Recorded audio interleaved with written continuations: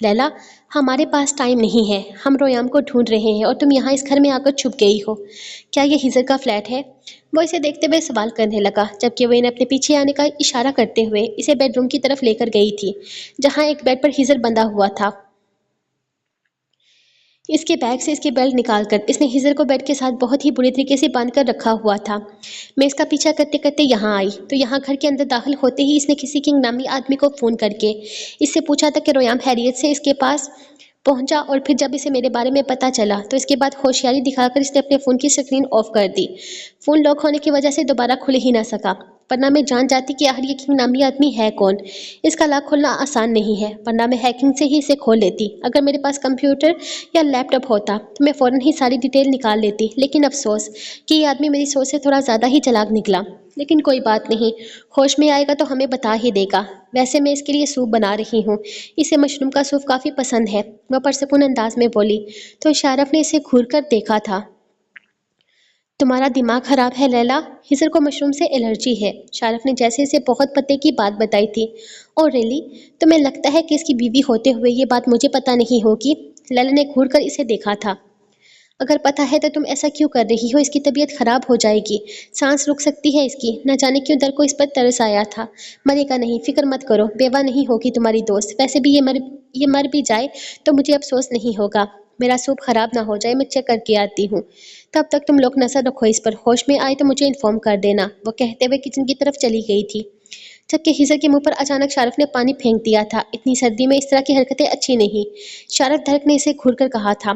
تم اس پر ایسے ترس کھا رہے ہو جیسے تم اس کے ساتھ ملے ہوئے ہو۔ شارف کا انداز ایسا تھا جیسے ہر انسان پر ہی شک کر رہا ہو، ویسے بھی ہزر کے دھوکے کے بعد وہ سب پر ہی شک کرتا تھا۔ تو تم لوگ کیا چاہتے ہو؟ میں اس کے سینے میں چھرا گھوم کر بتاؤں کہ میں اس کے ساتھ نہیں ہوں؟ حد ہوتی ہے کسی چیز کی، مجھے سمجھ میں نہیں آتا جب اس طرح کا کچھ ہوتا ہے تم لوگ بچوں کی طرح ریئیکٹ کیوں کرتے ہو؟ اس نے آگے بڑھتے ہوئے ہزر کے منہ پر ہلکے ہلکے تھپڑ مارے تھے تاکہ وہ نیند سے جاگ سکے، جبکہ پانی پڑنے کی وجہ سے پہلے ہی وہ پوری طرح ہوش و حواس میں آ چکا تھا۔ اٹھ جا بھائی، ورنہ اب تیری بیوی نے مشروم کا سوپ بنایا ہے، وہ تیری حالت مزید خراب کرے گا، ترک نے اس کے چہرے کو جھنجھوڑتے ہوئے اسے انفارم کیا تھا۔ اپنے موبائل کا پاس ورڈ بتاؤ، شارف اس کا موبائل اس کے سامنے لے کر آتے ہوئے بولا تھا، جبکہ وہ آنکھیں کھول کر ایک نظر فون کو دیکھتا۔ ترک کے ہاتھ سے اپنا جبڑا چھڑوا چکا تھا۔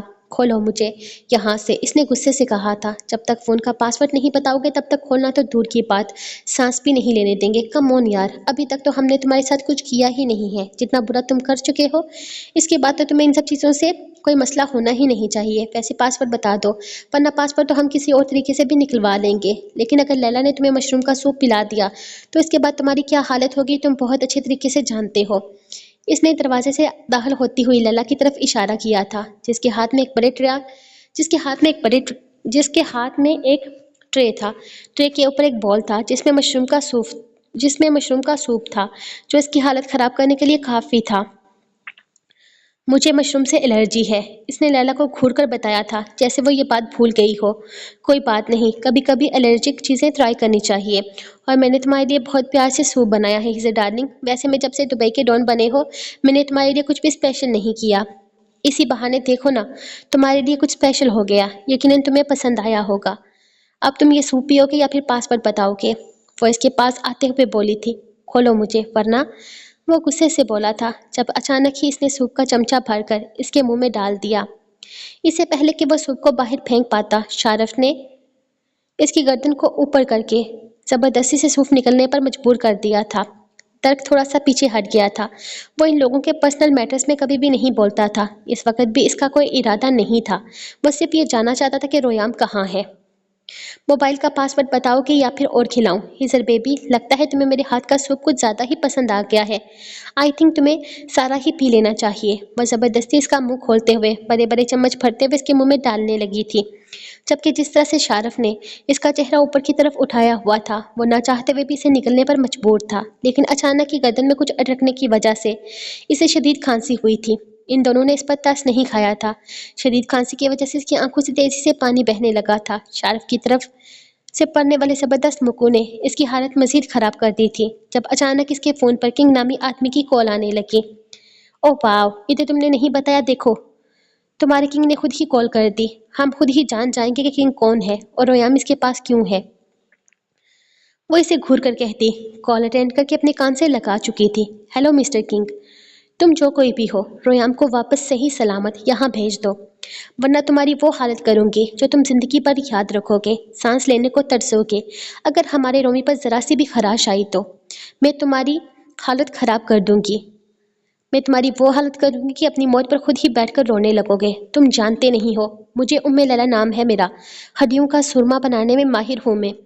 وہ موبائل کان سے لگائے غصے سے بولی تھی، جبکہ دوسری طرف سے مسلسل خاموشی تھی۔ اس نے ایک نظر ہیزر کو دیکھا اور پھر اگلے ہی لمحے اس کے منہ پر زوردار تھپڑ دے مارا، جیسے کنگ کا غصہ اسی پر نکال رہی ہو، جبکہ ہیزر خاموشی سے اسے گھور رہا تھا۔ اس کی طرف سے کسی طرح کا جواب نہیں ملا۔ ہاں، لیکن ہیزر کی سانسیں اٹکنے لگی تھی، عجیب سی تکلیف سے اس کی حالت خراب ہونے لگی تھی، اسے سانس لینے میں دشواری ہونے لگی۔ تو لالا نے چہرہ پھیر لیا، اسے اس انسان پر ترس نہیں کھانا تھا۔ وہ اس انسان کو نظر انداز کرتی، پلٹی ہی تھی جب اسے اپنے کانوں میں عجیب سی آواز سنائی دی، لیلا ہیزر احمد، زندگی کچھ بھی نہیں ہے سوائے شطرنج کے کھیل کے۔ یہ وہ کھیل ہے جس میں اگر بادشاہ مر بھی جائے تو ملکہ ساری سلطنت سنبھال لیتی ہے، نہ کہ وہ وزیر اور غلاموں پر ڈیپینڈنٹ رہتی ہے۔ اسے اپنے کانوں میں بھاری سی آواز سنائی دے رہی تھی۔ وہ بہت کوشش کے باوجود بھی اس آواز کو پہچان نہیں پا رہی تھی۔ مطلب، اس نے اس آدمی کی باتوں میں بری طرح سے الجھتے ہوئے پوچھا تھا، underworld is a deadly game of chess. یہ ایک پہیلی ہے، اس کا مطلب تم ہیزر سے پوچھنا۔ اسے سرگوشی سنائی دی تھی، پھر فون بند ہو گیا۔ اس نے حیرت سے بند سکرین کو دیکھا تھا، پھر ہیزر کو، جس کی حالت خراب ہو رہی تھی۔ اس کی سانسیں تیز ہو رہی تھی، ایسا لگ رہا تھا جیسے کوئی بھی سانس اس کی آخری سانس ہوگی۔ لیلا نے بے چینی سے جلدی سے اس کی بیلٹ کھولنا شروع کیے تھے۔ آنکھیں کھولو، تمہیں کچھ بھی نہیں ہوگا، میں تمہیں کچھ بھی نہیں ہونے دوں گی۔ اس پہیلی کو سولو کیے بغیر تو تم مر بھی نہیں سکتے ہیزر احمد۔ وہ غصے سے اس کے چہرے کو جھنجھوڑنے لگی تھی، لیکن ہیزر ہوش و حواس سے بیگانہ ہو چکا تھا۔ شارف اور درک بھی تیزی سے ہیزر کی طرف آئے تھے۔ جس طرح لیلا بے قرار ہوئی تھی، شارف بھی تیزی سے اس کی مدد کرنے لگا تھا۔ وہ لوگ جتنا جلدی ہو سکے ہیزر کو ہسپتال پہنچانے کی کوشش کر رہے تھے، کیونکہ لیلا کو اتنی بات سمجھ آ چکی تھی کہ یارم کے اس کوڈ کا مطلب صرف ہیزر ہی جانتا ہے۔ وہ جتنا جلدی ہو سکے ہیزر کو لے کر ہاسپٹل پہنچے تھے۔ الرجی کیس کو فوراً ہی ایکسپٹ کر لیا گیا تھا۔ وہ سب لوگ ہیزر کے لیے پریشان تھے۔ سارے راستے ہیزر کو ہوش میں لانے کی کوشش کی جاتی رہی تھی، لیکن پہلے تو اس کی سانس پوری طرح سے پھری ہوئی تھی۔ اس کے بعد اس کی حالت خراب ہو گئی۔ بے ہوش ہونے کے بعد اسے دوبارہ ہوش آیا ہی نہیں تھا، اور نہ ہی وہ نارمل ہوا تھا۔ مشروم نے اس کی حالت سچ میں بہت بگاڑ دی تھی، اور اس کے ساتھ ایسا ہی ہوتا تھا۔ اسے بچپن سے ہی مشروم سے الرجی تھی، اور یہ بات ہر کوئی جانتا تھا۔ کبھی کسی نے مشروم سے بنی ہوئی کوئی بھی چیز اس کو نہیں دی تھی، اس کی حالت خراب ہو جاتی تھی، یہاں تک کہ سانسیں سینے میں اٹک جاتی تھی، سانسوں پر دباؤ بن جاتا تھا۔ لیلا خاص احتیاط کرتی تھی کہ اگر وہ کہیں باہر بھی کچھ کھانے کے لیے جائیں تو مشروم شامل نہ ہو۔ حالانکہ دبئی کے ریسٹورنٹ میں اکثر چیزوں میں مشروم وافر مقدار میں پائی جاتی تھی، لیکن لیلا ہمیشہ سے اس چیز کی احتیاط کرتی تھی۔ آج اس نے جان بوجھ کر اسے مشروم کھلائی تھی تاکہ وہ جان سکے کہ آخر کنگ کون ہے۔ اس وقت وہ اسی چیز میں پوری طرح سے الجھی ہوئی تھی۔ ہیزر کو مرتے دیکھنا بھی اس کے بس سے باہر تھا، اور اس وقت ہیزر کی جان بچانا بھی بے حد ضروری تھا۔ فون پر وہ آدمی جو کوئی بھی تھا، اس نے کہا تھا کہ اس پہیلی کا مطلب ہیزر جانتا ہے، یعنی کہ ہیزر یہ بھی جانتا ہے کہ یارم کا کپتان کون ہے، اور اگر وہ سب کچھ جانتا ہے تو پھر وہ یارم کے کپتان کو ڈھونڈ کیوں رہا ہے؟ آخر یہ سب کچھ کیا ہے؟ وہ بری طرح سے پریشان تھی۔ ان کی حالت بہت زیادہ خراب ہے، انہیں بہت زیادہ مقدار میں الرجی ڈوز دی گئی ہے، ہمیں ان کا معدہ صاف کرنا ہوگا۔ ڈاکٹر نے باہر نکلتے ہوئے انہیں تفصیل سے بتایا تھا۔ معدہ کیوں صاف کرنا ہوگا ڈاکٹر؟ کوئی زہر خدا واسطہ تھوڑی نہ دے دیا ہے اسے جو اس کی حالت اتنی خراب ہو جائے گی؟ لیلا پریشانی سے بولی تھی، معدہ تو اسی کنڈیشن میں صاف کیا جاتا تھا جب انسان زہر کھا لے۔ الرجک انسان کے لیے الرجک چیزیں زہر سے کم نہیں ہوتی میم۔ انہوں نے مشروم کھایا ہے جس سے ان کے پورے جسم میں الرجی پھیل چکی ہے، ہمیں ان کا معدہ صاف کرنا ہوگا۔ ڈاکٹر عربی میں کہتا آگے بڑھ چکا تھا، جبکہ لیلا سر پکڑ کر رہ گئی تھی۔ وہ ٹھیک ہو جائے گا لیلا، پریشان مت ہو۔ شارف نے اس کے کندھے پر ہاتھ رکھتے ہوئے اسے سمجھانا چاہا تھا۔ وہ لیلا کی پریشانی کو فی الحال تو اس کی محبت ہی سمجھ رہا تھا۔ ٹھیک نہیں ہوتا تو کوئی بات نہیں، میں اسے ٹھیک کر لوں گی، بس اسے ہوش آ جائے۔ وہ بتا دے کنگ کون ہے اور اس پہیلی کا مطلب کیا ہے۔ تھوڑی دیر بہت ہی تھوڑی باقی تھوڑی بہت خدمت کر لوں گی، آخر میرا شوہر ہے، اٹس اوکے۔ ایسے گھور کیوں رہے ہو مجھے؟ بیوہ نہیں ہونا، ویسے بھی اگر میں بیوہ ہو گئی تو میں اچھے اچھے کپڑے نہیں پہن پاؤں گی۔ آئی ہیٹ وائٹ کلر، مجھے اس سے کوئی ہمدردی نہیں ہے، بس میں نہیں چاہتی کہ وہ مر جائے، بے شک ساری زندگی کوما میں پڑا رہے لیکن زندہ رہے، آخرکار وہ میرا شوہر ہے۔ ان دونوں کو خود سے دور پا کر وہ سچویشن کو اپنے حساب سے کنٹرول کرنے لگی تھی، جبکہ وہ دونوں ایک دوسرے کو دیکھتے کندھے اچکا گئے تھے۔ لیکن لیلا نے ہرگز اپنی محبت کا اظہار نہیں کرنا تھا، یہ بات وہ دونوں ہی جانتے تھے، لیکن وہ دونوں یہ بھی جانتے تھے کہ اس وقت اسے ہزر کی فکر ہو رہی ہے۔ وہ ہزر کو کچھ ہوتے نہیں دیکھ سکتی تھی، اس نے جو بھی کیا تھا بے شک غلط تھا، لیکن وہ ہزر سے محبت کرتی تھی اور اس بات سے وہ بے شک انکار کرے جھٹلا نہیں سکتی تھی۔ کیسا ہے ہزر؟ زندہ تو ہے نا؟ سارم ہسپتال میں داخل ہوتے ہوئے درد سے پوچھنے لگا تھا۔ ابھی تک زندہ ہے، ڈاکٹر اس کا علاج کر رہے ہیں۔ تم بتاؤ، تمہاری پولیس فورس نے اب تک رویام کے بارے میں کچھ پتہ لگایا ہے یا نہیں؟ شارف نے اس کے پاس آتے ہوئے پوچھا تھا، جس پر اس نے فوراً نفی میں سر ہلایا تھا۔ وہ لوگ کوشش کر رہے ہیں، کچھ نہ کچھ پتہ چل ہی جائے گا۔ پولیس اپنی پوری کوشش کر رہی ہے، کچھ نہ کچھ تو ہو ہی جائے گا۔ ہم لوگ راگھو کی ہر موومنٹ پر نظر رکھے ہوئے ہیں، اگر اس نے رویام کو کہیں غائب کیا ہوا ہو تو ہماری نظروں سے بچ نہیں سکے گا۔ تم لوگ بس یہ بتاؤ کہ ہزر کی کیا حالت ہے؟ ابھی کچھ کہا نہیں جا سکتا، ڈاکٹر علاج کر رہے ہیں، معدہ وغیرہ صاف کیا جا رہا ہے۔ ڈاکٹر کے مطابق مشروم اس کے لیے زہر سے کم نہیں تھا، جو اس کے جسم سے نکالنا بے حد ضروری ہے۔ حد کرتی ہے لیلا، اس طرح کی بے وقوفی کرنے کی کیا تک بنتی تھی؟ اب لیلا پر کیس ہو سکتا ہے اس چیز کا۔ خیر وہ سب کچھ تو ہم دیکھ رہے ہیں، بس رویام کے بارے میں کچھ پتہ چل جائے، یہ ٹینشن دور ہو جائے تو مسئلہ حل ہو جائے گا۔ ویسے اگر لیلا نے اسے مارنے کے لیے مشروم کھلا ہی دیا تھا تو یہاں اسپتال لانے کی کیا تک؟ لیلا کا سویا ہوا پیار تو نہیں جھاگ آیا اس کے لیے؟ سارم وہیں بینچ پر بیٹھتے ہوئے سوال کرنے لگا تھا۔ نہیں، ایسا کچھ نہیں ہے۔ لیلا کے مطابق ہزر جانتا ہے کہ آخر یارم کا کپتان کون ہے، وہ ہم سے چھپا رہا ہے۔ ہم ہر چیز کی خبر ہونے کے باوجود وہ خاموش ہے، ہمارے ساتھ بھی ڈبل گیم کر رہا ہے اور شاید ان لوگوں کے ساتھ بھی۔ خیر اسے ہوش آئے تو پوچھتے ہیں، فی الحال تو پریشانی بنی ہوئی ہے، دعا کرو کوئی حل نکل آئے، وہ بچ جائے زندہ، اسے مرتے ہوئے نہیں دیکھ سکوں گا میں۔ شارف اس کے پاس بیٹھتے ہوئے کہنے لگا۔ نہیں مرے گا، تم فکر مت کرو، میں ڈاکٹر سے بات کر کے آتا ہوں۔ وہ اٹھتے ہوئے بولا تو شارف نے سر ہلا دیا تھا۔ رویام گیا کہاں تھا؟ کچھ سمجھ میں نہیں آ رہا تھا۔ ان لوگوں کو دیکھ کر لگتا نہیں تھا کہ ان لوگوں نے رویام کو غائب کیا ہے، تو رویام کہاں تھا؟ مجھے لگتا ہے مجھے رویام کو ڈھونڈنے جانا چاہیے، تم یہیں رکو لیلا کے پاس ہسپتال میں۔ شارف درد کو دے کر بولا تو اسے نفی میں سر ہلایا تھا۔ نہیں، تمہیں اتنی فکر کرنے کی ضرورت نہیں ہے، وہ جہاں بھی ہوگا ٹھیک ہوگا، میرا مطلب ہم مل کر اسے ڈھونڈیں گے نا بعد میں۔ فی الحال یہاں ہزر کی حالت بہت خراب ہے اور تمہیں اکیلے جانا بھی نہیں چاہیے، تمہیں رات کو ٹھیک سے نظر بھی نہیں آتا۔ وہ اس کے پاس بیٹھنے لگا تو شارف نے گھور کر اسے دیکھا تھا۔ وہ رویام کے معاملے میں اتنا بے حسی کیسے دکھا سکتا تھا؟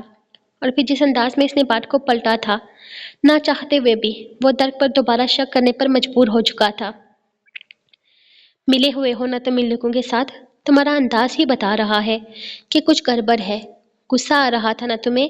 اس وقت بھی صاف صاف بتاؤ چکر کیا ہے؟ بہت برداشت کر لیا تمہیں، اب ایک پل بھی برداشت نہیں کروں گا۔ جلدی سے بتاؤ کیا خبر ہے؟ خبردار جو کوئی بھی جھوٹ بولا۔ شارف کا غصے سے برا حال ہو رہا تھا، یہاں وہ رویام کی ٹینشن میں پاگل ہو رہے تھے اور وہاں اس کے سکے ماموں کو اس کی پرواہ ہی نہیں تھی۔ جس طرح وہ بے حس لگ رہا تھا کچھ تو گڑبڑ تھی۔ وہ پہلے بھی 2-3 دفعہ ڈر کے انداز میں کچھ عجیب محسوس کر چکا تھا، اب تو اسے پورا یقین ہو چکا تھا کہ معاملہ جتنا سیدھا لگ رہا ہے اتنا ہے نہیں، کچھ تو ایسا ہے جو درد جانتا ہے اور وہ لوگ نہیں۔ یا شارف کیا مسئلہ ہے؟ پتہ نہیں تم بات کو کہاں سے کہاں لے کر چلے جاتے ہو۔ میں بس یہ کہہ رہا ہوں کہ تمہاری اتنی رات کے کہیں باہر جانا ٹھیک نہیں ہے۔ تمہاری آنکھ کا بھی مسئلہ ہے، ہر چیز اتنی آسان نہیں ہے جتنی تمہیں نظر آ رہی ہے۔ اب سب کچھ پہلے جیسا نہیں رہا، ہر چیز کے لیے محتاط رہنا پڑے گا۔ وہ لوگ بھی کوئی عام لوگ نہیں ہیں، اگر وہ لوگ یارم کو مار سکتے ہیں تو کیا کچھ نہیں کر سکتے؟ تمہیں خود اپنی فکر کرنی چاہیے۔ ہم سب مل کر ڈھونڈیں گے نرویام کو، وہ اسے دیکھتے ہوئے بولا تھا، جبکہ شارف اب بھی اس کا گریبان چھوڑنے کو تیار نہیں تھا۔ اس کے لفظوں میں سے سچائی محسوس نہیں ہو رہی تھی۔ کچھ تو گڑبڑ ہے، تمہارے الفاظ تمہارے انداز سے میچ نہیں کر رہے، تم مجھ سے کچھ چھپا رہے ہو، اور اگر تمہیں لگتا ہے کہ تم مجھ سے چھپا سکتے ہو تو یہ تمہاری غلط فہمی ہے، جو میں جلد ہی دور کر دوں گا۔ وہ غصے سے اس کا گریبان چھوڑتا وہاں سے اٹھ کر لیلا کی طرف آنے لگا، جو ہیزر کے کمرے کے باہر خاموشی سے کھڑی چھوٹے سے شیشے سے اندر دیکھ رہی تھی۔ لیلا، تم یہیں رہو ہیزر کے ساتھ، میں سوچ رہا ہوں میں رومی کو ڈھونڈنے کے لیے جاتا ہوں۔ ہمیں یہ معاملہ نظر انداز نہیں کرنا چاہیے۔ میں رویام پر کسی طرح کا کوئی رسک نہیں لے سکتا۔ ہیزر کو کب تک ہوش آئے گا کچھ کہا نہیں جا سکتا، جب تک وہ ٹھیک نہیں ہو جاتا تب تک وہ کچھ بتانے کے قابل نہیں ہوگا، اور ایسے میں اگر رومی کے ساتھ کچھ غلط ہو گیا تو وہ اسے آگے کچھ بول ہی نہیں پایا تھا۔ جب لیلا نے پوری طرح اس کی طرف رخ کیا تھا۔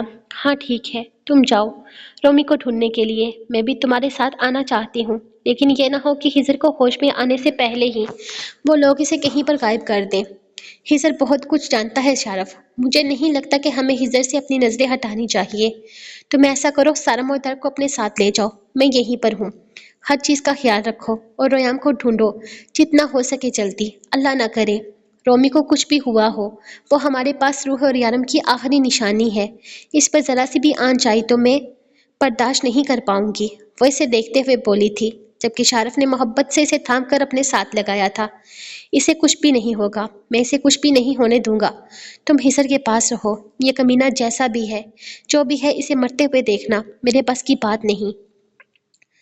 وہ اس کے کندھے کو تھپ تھپاتے ہوئے وہاں سے نکلا، سارم کو اپنے پیچھے آنے کا اشارہ کرتے وہ آگے بڑھ گیا تھا، جبکہ درک وہیں پر بیٹھا ہوا تھا۔ لیلا نے ایک نظر اسے دیکھا، ایک لمحے کے لیے خیال آیا تھا کہ وہ ان کے ساتھ کیوں نہیں گیا، لیکن ڈاکٹر کے باہر آنے کی وجہ سے وہ پوری طرح سے ڈاکٹر کی طرف متوجہ ہو گئی تھی۔ اب تک رویام کو ہر طرف ڈھونڈ رہے تھے، ایسی کوئی جگہ نہ تھی جہاں وہ لوگ رویام کو ڈھونڈ نہ چکے ہوں۔ اس شہر کا کوئی حصہ باقی نہ بچا تھا جہاں پولیس اس وقت موجود نہ ہو۔ رویام کی تصویر کے ساتھ وہ لوگ ہر جگہ رویام کو ڈھونڈ چکے تھے، جب اچانک ہی سارم کو اپنے موبائل پر ایک ویڈیو موصول ہوئی تھی۔ ویڈیو میں ایک چھوٹا سا بچہ مکہ مدینہ کے صحن میں بھاگ رہا تھا۔ اس ویڈیو کو دیکھ کر اسے عجیب سا سکون ملا تھا۔ اس نے فوراً شارف کی طرف ویڈیو کی اسکرین کی تھی، جس نے اسے فوراً ہی تھام لیا تھا۔ تو رویام مکہ مدینہ میں ہے۔ اس نے حیرت سے موبائل پکڑ کر دیکھا تھا، یہ ویڈیو پرانی بھی تو ہو سکتی تھی۔ ہاں، وہ پری اور درک کے ساتھ عمرہ کر چکا تھا، لیکن یہ ویڈیو پرانی ہرگز نہیں لگ رہی تھی، کیونکہ ویڈیو کے نیچے تقریباً 2 گھنٹے پہلے کی ٹائمنگ شو ہو رہی تھی۔ ساتھ میں ویڈیو کے اوپر پہلی لائن پر ویڈیو ڈیٹ لکھی ہوئی تھی۔ صاف ظاہر تھا یہ ویڈیو آج کی ہی تھی۔ ایسا کیسے ہو سکتا ہے سارم؟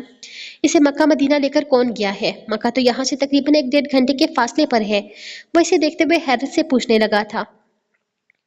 ہمیں چل کر دیکھنا ہوگا، اور کوئی رستہ نہیں ہے، نکلتے ہیں۔ وہ اسے دیکھتے ہوئے اپنے موبائل کو ہاتھ میں لیتا فوراً ہی اپنی ٹیم کو الرٹ کرنے لگا تھا، جبکہ شارف پریشانی سے ہاں میں سر ہلاتا اس کے ساتھ جانے کو تیار ہو گیا تھا۔ اتنے سال دبئی میں رہتے ہوئے اسے اب تک ایک دفعہ بھی عمرہ کرنے کی سعادت نصیب نہیں ہوئی تھی۔ شاید اللہ پاک نے اسے یوں ہی اپنے گھر بلانا تھا۔ وہ معصومہ کے ساتھ عمرہ کرنا چاہتا تھا۔ اگلے سال تک اس نے پلاننگ بھی کر لی تھی، اور وہ اگلے سال آنے والا تھا، کیونکہ وہ جانتا تھا کہ اس کا عمرہ اس طرح سے نہیں ہو سکتا۔ عمرہ کے لیے ایک پراپر نیت ہوتی ہے، ایک مقصد ہوتا ہے۔ یہ اس کا عمرہ نہیں تھا، بس دیدار کعبہ تھا۔ شاید وہ خوش قسمت تھا۔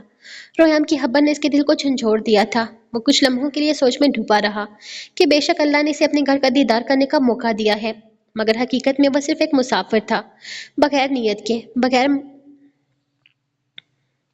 بس ایک لمحے کے لیے روحانی خیال میں مگن۔ وہ کعبہ کے سفر پر نکل رہا تھا۔ انہیں یہاں پہنچتے زیادہ وقت نہیں ہوا تھا۔